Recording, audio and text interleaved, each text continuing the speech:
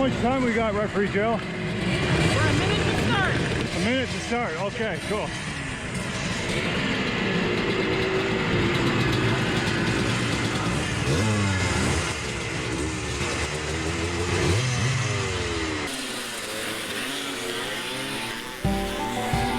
Hello everyone and welcome to coverage of the 2022 Cromation Corduroy Enduro presented by GP Bikes.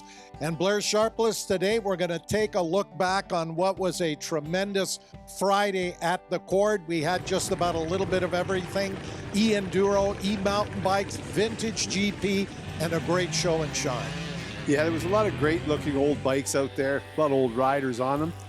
But everybody seemed to have a great time. The vintage course was made up of 5 tests, only about 45 kilometers. And we had to shorten it up a little bit for the e-mountain bike and e-bikes because of the range. So they ran around 20 kilometers and did 4 tests. But everybody came back with a smile, which is what Friday's about. Just having a good time, talking about the old days and talking about maybe the future now with these electric bikes. Well, the vintage GP featured 6 classes, depending on the age of the rider and the motorcycle. We saw some heated competition, but we also had it in the e-enduro and the e-mountain bike. I think this is the start of what will be growing classes in the years to come. I agree, Pat, and it was kind of neat to see 5-time Canadian motocross champion Jean-Sébastien Waugh out there in the e-mountain bike. He won that. And we also had our 2-time corduroy champion, Philip Cheney, out there winning the e-bike race. So it was neat to see people trying some different things out.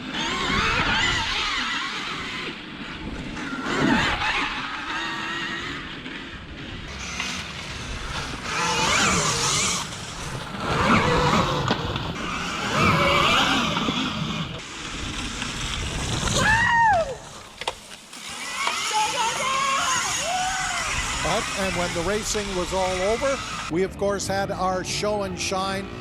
What a great turnout of motorcycles, including the award that goes to the best as ridden today. And some of those bikes were just caked in dirt, but the judges managed to come up with Ken Clements, who had the only sidecar there. He ended up winning the best as ridden today, but also a very special motorcycle. Peter Lukai, all the way from Edmonton, Alberta, that Can-Am cross country. 2nd year in a row he has won that. He won it last year with the Bultaco, brought this beautiful Can-Am. It looked like it just came off of the dealer showroom.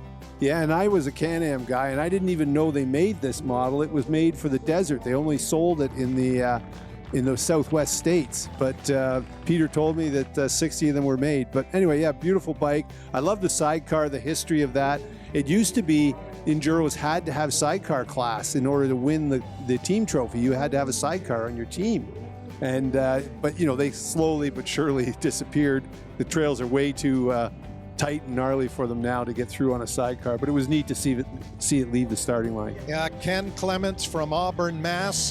Took the win in that sidecar, powered by a Honda XL350 engine.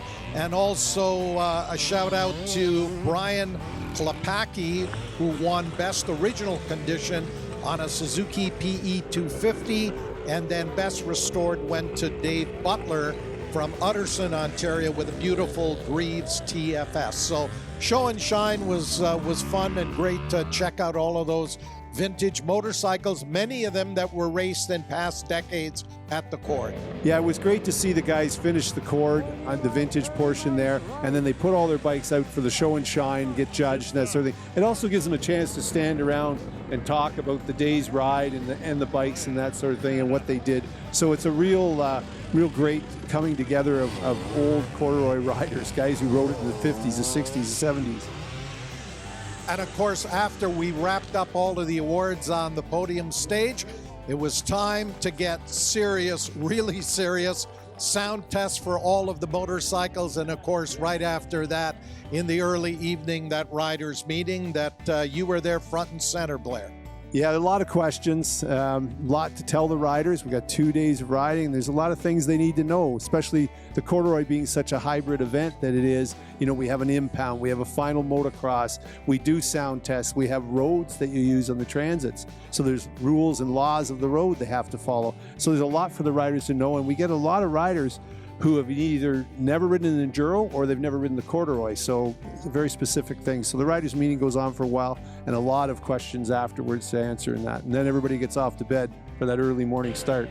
Well, a wonderful Friday at the 68th Promation Corduroy Enduro presented by GP Bikes. We've got 2 incredible days of competition coming up, 16 tests, and you'll see it all on upcoming episodes of the 68th Promation Corduroy Enduro presented by GP Bikes. Woo-hoo!